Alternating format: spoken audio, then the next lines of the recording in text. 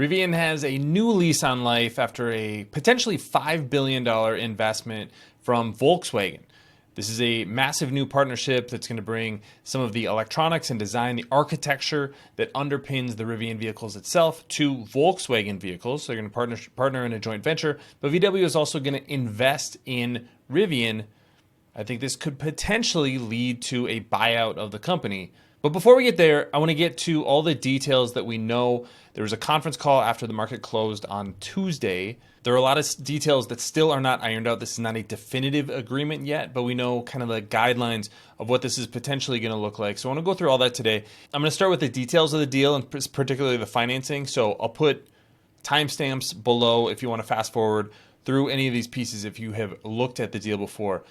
But let's start there with first the release from Rivian. Now, this is a release that they put out in the form of a shareholder letter. Rivian and Volkswagen Group announced plans for technology platform joint venture. The foundation of this joint venture is the software electronic control unit, ECUs, and related network architecture, design, and development. So that piece of vehicle design is going to go into this joint venture. Rivian was pretty clear to say that this does not include battery technology and does not include autonomous technology. Now, Volkswagen has a partnership with Mobileye, so they're probably getting that autonomous technology from them. This would be a way for them to up their game in actually controlling the systems of the vehicle. The ECUs, or electronic control units, are kind of like the brains of a vehicle. And the way that traditional automakers have worked is they've worked with tier one suppliers. A modern automaker is basically just an assembler of components from other companies. So there's different levels of suppliers. A tier one supplier is going to be a major component supplier. And an automaker is just going to be putting pieces together. So there might be a controller that controls the door locks. Another controller controls your AC unit. Another controller is controlling the actuators in the vehicle. In these new software-defined vehicles, the ECUs are much more important.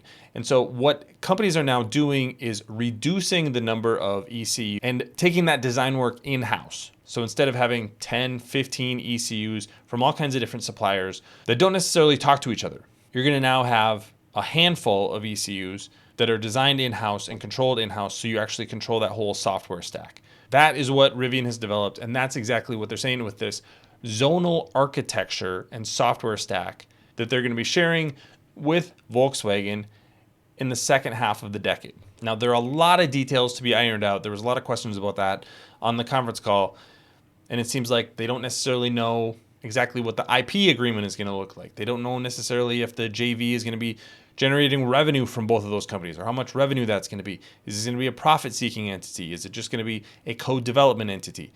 We don't have a lot of those details yet, but what we do know is that Rivian's going to get about $1 billion, and this should be this week, before the end of the second quarter. That $1 billion is actually going to be debt, but it will convert to Rivian equity.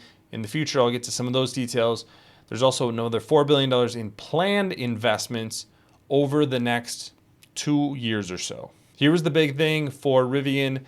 This gets the company to the ramp of the Normal, Illinois facility, as well as the mid-size platform in Georgia, so at least some of the production being built in Georgia. This has really been my criticism of Rivian, is there's absolutely no path to profitability or positive free cash flow if the Normal, Illinois facility is all they have. These are the five $1 billion pieces of the financing part of the agreement. You can see that we start with the Q1 2024 ending cash balance. Now Q2 ends next week.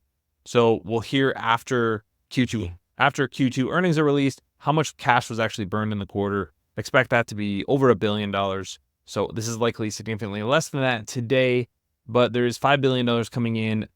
The first $1 billion is going to be this convertible note that's going to be coming in immediately. The second will be later in 2024 after the joint venture is agreed to, and there's a regulatory process. I'll show another timeline of that in just a second. But that money will go to the JV. It will actually sit on Rivian's balance sheet. There will be another equity investment in 2025, another equity investment in 2026, and then debt to the JV in 2026 as well. I do think it's interesting to look at how Volkswagen is actually presenting this. They're a little bit less bullish on spending this full $5 billion, intends to invest up to $5 billion under certain milestones. So there's obviously going to be milestones associated with this. Here's the way that they look at this. We're bringing scale to the game. Global powerhouse with industry-leading scale. The Rivian is bringing a clean sheet approach and speed of innovation, best-in-class technology stack, and a fleet of software-defined vehicles.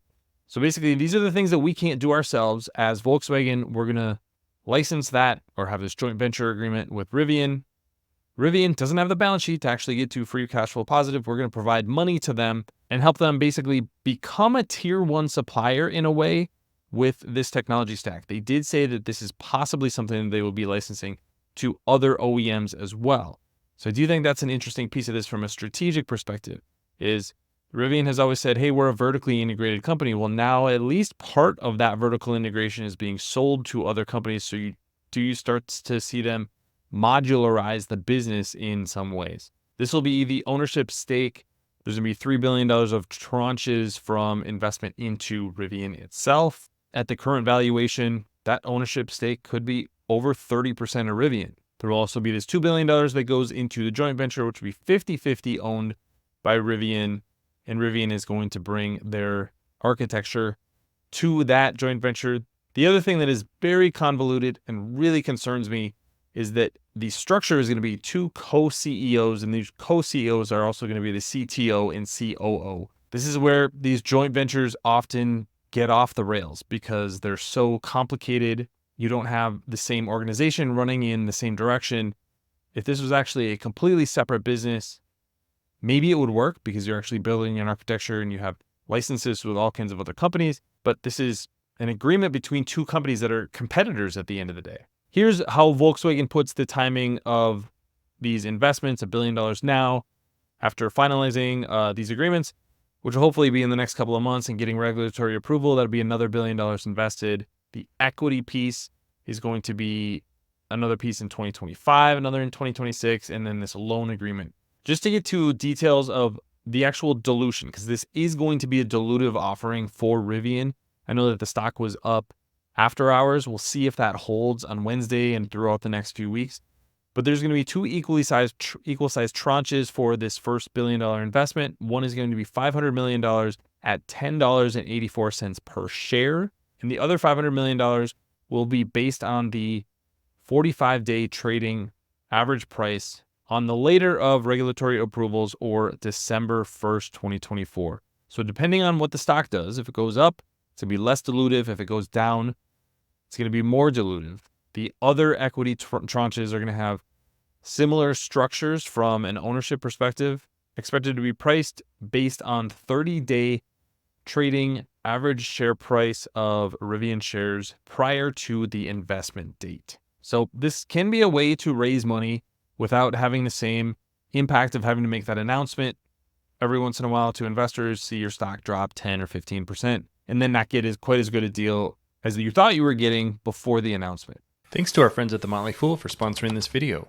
Visit fool.com/ASYM for the top 10 stocks to buy right now. So what does this change for Rivian? Well, it gives the company the runway to potentially build out at least some of the Georgia plant, start to ramp their midsize vehicle, as they're calling it there. So they had the cash previously to supposedly get to the point where they're going to actually launch R2. That was going to be in 2026, but they were going to need additional capital to both build out the Georgia plant and then have operating capital to run the business, to actually operate and pay for that $4 billion or so per year in operating expenses.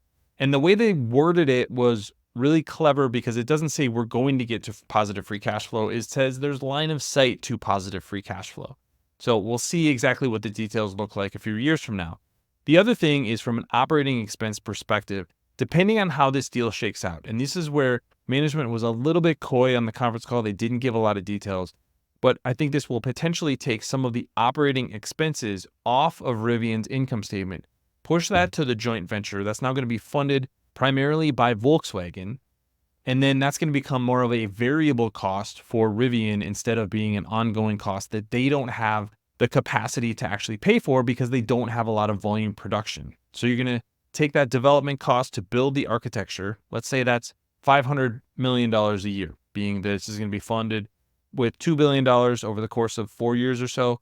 Let's say that expense is $500 million a year. If Rivian is making 100,000 vehicles and Volkswagen is making 400,000 vehicles using this architecture. In theory, depending on how the pricing works, Rivian could see the cost of that architecture be significantly lower, maybe $100 million, whereas Volkswagen is now paying $400 million if they're splitting the cost based on the actual units that are produced. Now, that's kind of a shorthand calculation by me, so we'll see how the details play out, but that would be the upside, is if you're going to take these operating costs and spread them across much more production, that's going to be an advantage for Rivian. But here's the downside. You're now in bed with Volkswagen. Volkswagen is not known as the best operator. They have not been a good software company, so they're now leaning on you. Are they going to let you run the joint venture in the way that you see fit if you're Rivian?